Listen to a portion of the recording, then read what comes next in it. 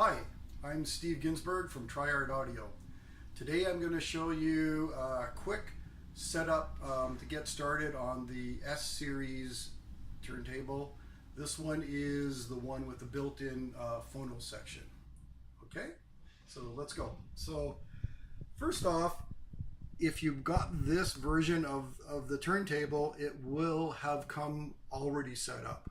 So all you need to do is plug it in. To plug it in, on the back here,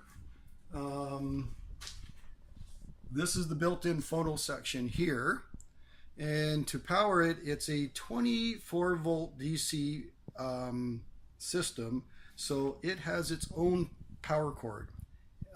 So being 24 volt, I'm going to unplug it. Okay, you have to plug in with its own power supply here. The indication that you're on, there'll be a blue light in the front of the table that you'll see under the table. And then to plug in for the sound, if you're using the built-in phono, you have to plug it into this side of the unit. And then there's a little switch here that will allow you to either bypass the built-in phono here in bypass, or the built-in phono for moving magnet cartridges only. Okay, and it's a simple standard RCA. The cable should come in the box with the table. You know, red for right, the white is for left. And yeah, so when you first go to set up, plug the arm in, get the power up and going, and then plug the other end into your amplifier. Also, and that's what's a little strange, this is really two units in one. We have the built-in phono section with its DC power supply, but then the table itself has its own power supply, and it's AC. So it's an AC synchronous 24 pole motor, and depending on your region, it'll run at 120 volt or 220 volt, either 60 hertz or 50 hertz cycle. So it's a basic, just like on a computer or such, power cord that you'll plug in to drive the platter. This plug-in at DC is for the phono. Okay, so once you've done that, and I do recommend plug the phono section in before plugging the wires in. There is no on-off switch for the phono, so you don't want, you might hear a pop through the system if your system's on. So get the power plugged in first. That initial rush of power will be over, then plug the RCA jacks in. There's no on-off switch on there. Also, that's because once you plug it in, just leave it plugged in. It draws extremely low amount of power, and it can take up to 24 hours to stabilize each time. You know, that's me being a high-end tweak. So just leaving the phono section on all the time will just give you the best musical results. So if you're in bypass mode, unplug the power supply. You don't need it. If you're using an external phono section, don't leave that plugged in. It's just now it's consuming power when you don't need it to be, and maybe may affect the sound. Okay, so when the table arrived, basically it looks like this, but the platter wouldn't be on. I don't want to ship with the platter on. It can harm the bearing. So this is the sub platter, the pulley. The belt may arrive on, or it'll be in a package, but you put the belt on. And what you'll do is, this table spins at 33 RPM, which is a standard size disc, and will also spin at 45. So when we're at 33, right, which we are now, and then you bring the belt down to the lower pulley, and now, yeah, see how it adjusts? Now we're at 45. I'll put it back to the 33. Okay, and it should just find its spot there. Yes. So, and again, if the belt's not in the package, simply put it on like this and swing around like that.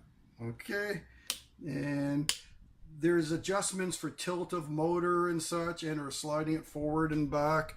that's all been pre-done in the factory. It should be all leveled and ready to go. So yes, to change speed, you have to take the platter off each time with this model. Put the platter back on. Okay, yep, we're in good shape. Now, at this end, inside here, so again, if you're getting this model, the cartridge is already set up. The counterweight is already done. The counterweight is unique to the S-series turntable.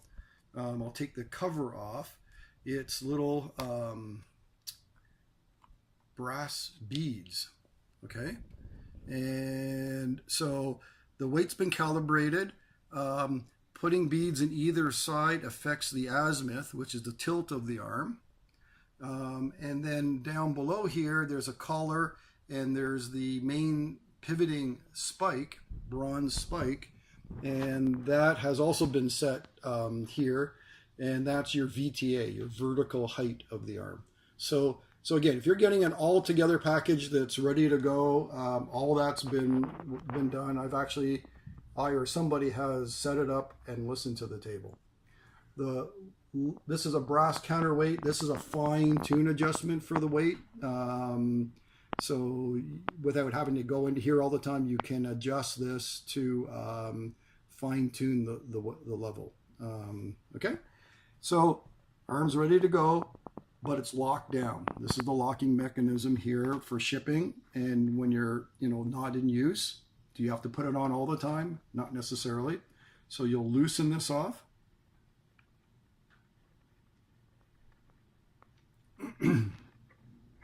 Okay, and there we are. The arm is free, okay, to move.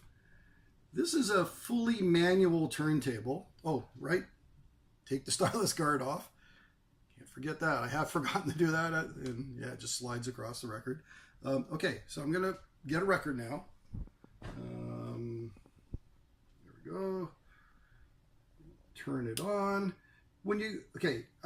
Putting the arm on, what you should do is always get the platter spinning. Never put the stylus down with it stopped and then turn it on. It's really hard. It causes a really high friction. You can burn the surface, and it's not a good thing. So always get the turntable spinning. Use your brush. Always clean the record. You'll get more life out of your stylus. It'll sound better, be less noisy. And the record, the vinyl will last longer as well. Now I'm going to bring it over, drop it down. Okay? Again, fully manual, no cueing device at this price point. I use my baby finger as the cueing device. I'll bring it over, resting on the table, lift it up. It just gives me, instead of trying to freehand it, I use my hand, and now I can very easily move it to where I want and pick it up. So just a little handy tip. When you're at the end of a record, okay, a little more tricky, especially doing it on camera. Okay.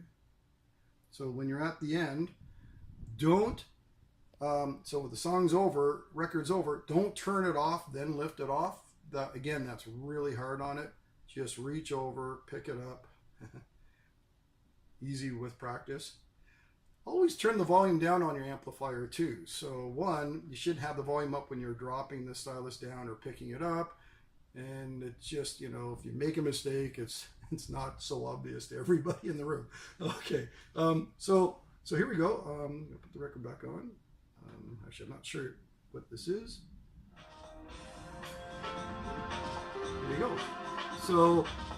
So thank you for purchasing the S-series turntable. This is a quick little, ready to go. I'll do another video with a more in-depth burying and assembly and from scratch back up on how to set the table up. So thank you very much.